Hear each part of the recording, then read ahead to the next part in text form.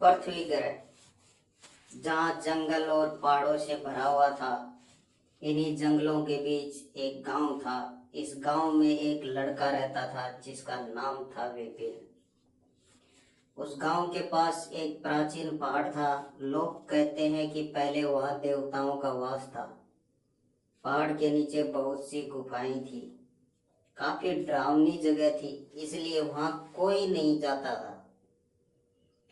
एक दिन वो लड़का प्राचीन पहाड़ पर घूम रहा था। उस पहाड़ पर लुटेरे रहते थे।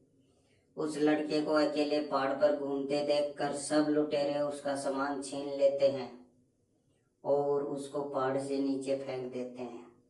नीचे गिरकर विपिन बेहोश हो गया। थोड़ी देर बाद जब विपिन धीरे धीरे आंखें खोलता है तो देखता है कि वो बहुत घायल है और उसके शरीर पर बहुत सी चोट लगी हुई है। वहीं पर एक अंगूठी थी जिसमें से लाइट निकल रही थी।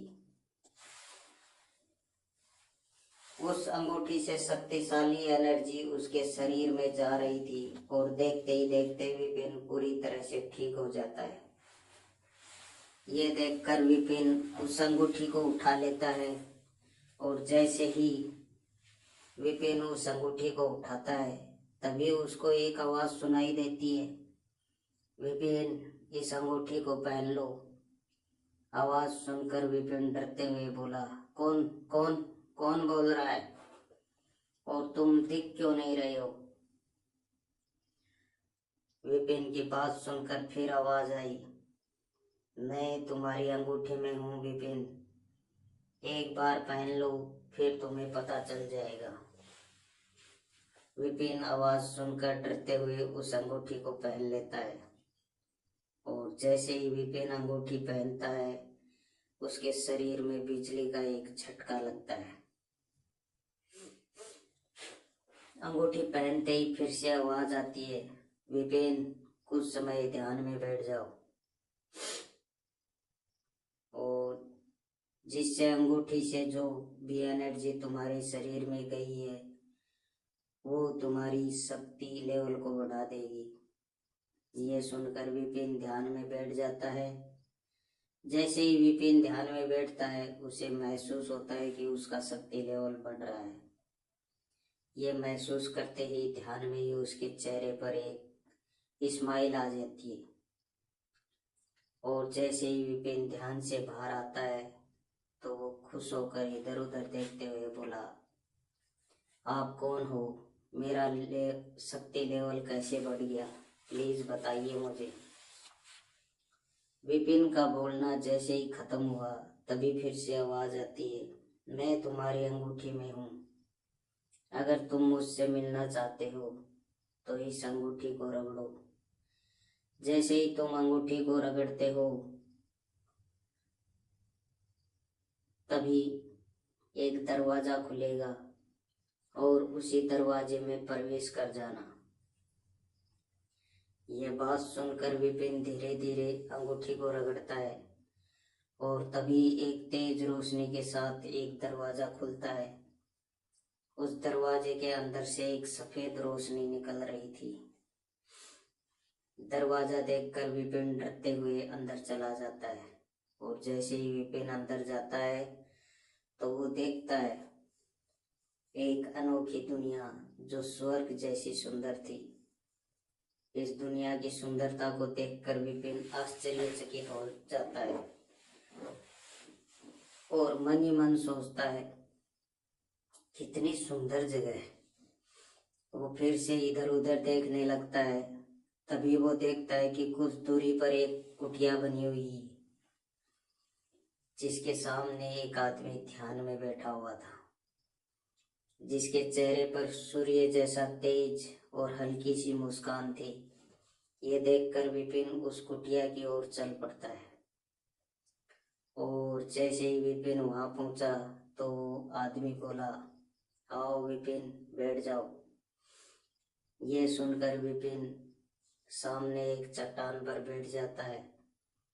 उस आदमी को देखकर विपिन बोला, आप कौन हो और मैं कहाँ हूँ? क्या मैं मर गया हूँ? अब मैं स्वर्ग में हूँ। विपिन की बातों को सुनकर वो आदमी हंसते हुए बोला, चिंता मत करो, तुम मरे नहीं हो। और रही इस दुनिया और मेरे नाम की बात, तो यह आयामी दुनिया है और मेरा नाम परशुराम है। इतना सुनते ही विपिन आश्चर्यचकित होते हुए बोला, क्या आप इंद्रप्रस्थ अकेडमी के संस्थापक परशुराम हो? परशुराम बोले,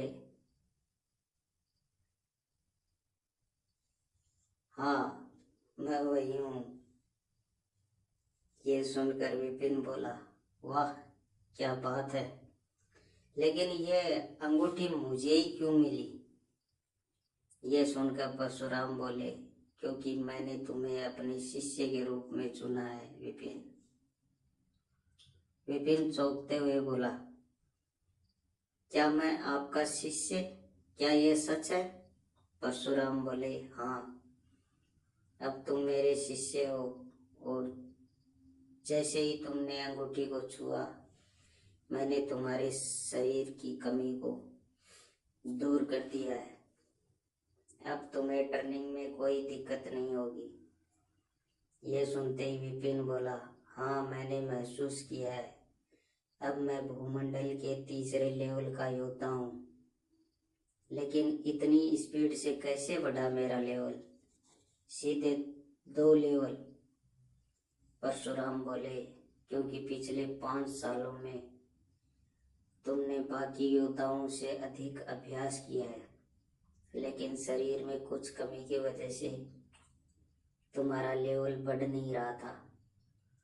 लेकिन अब मैंने तुम्हारे शरीर की कमी को दूर कर दिया है, जिसके कारण पिछले 5 सालों से जो भी एनर्जी तुम्हारे शरीर में इकट्ठा हुई थी, उसने मेरे दिव्य एनर्जी की वजह एक साथ अपना असर दिखा दिया, जिसके कारण तुम्हारा शक्ति लेवल 2 लेवल बढ़ गया।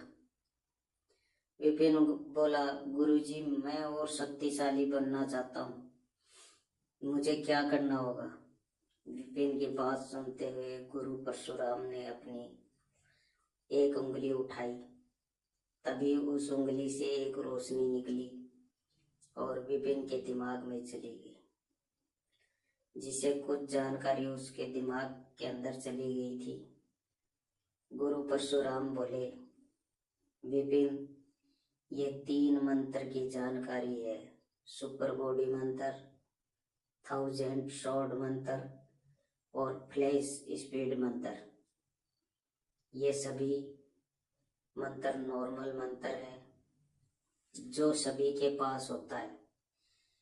पहले तुम इनका अभ्यास करो। एक बार तुम इन तीनों शक्ति का प्रयोग करना सीख गए, तो फिर तुम्हें अगला मंत्र दूंगा। थोड़ी देर चुप रहने के बाद गुरुजी फिर बोले,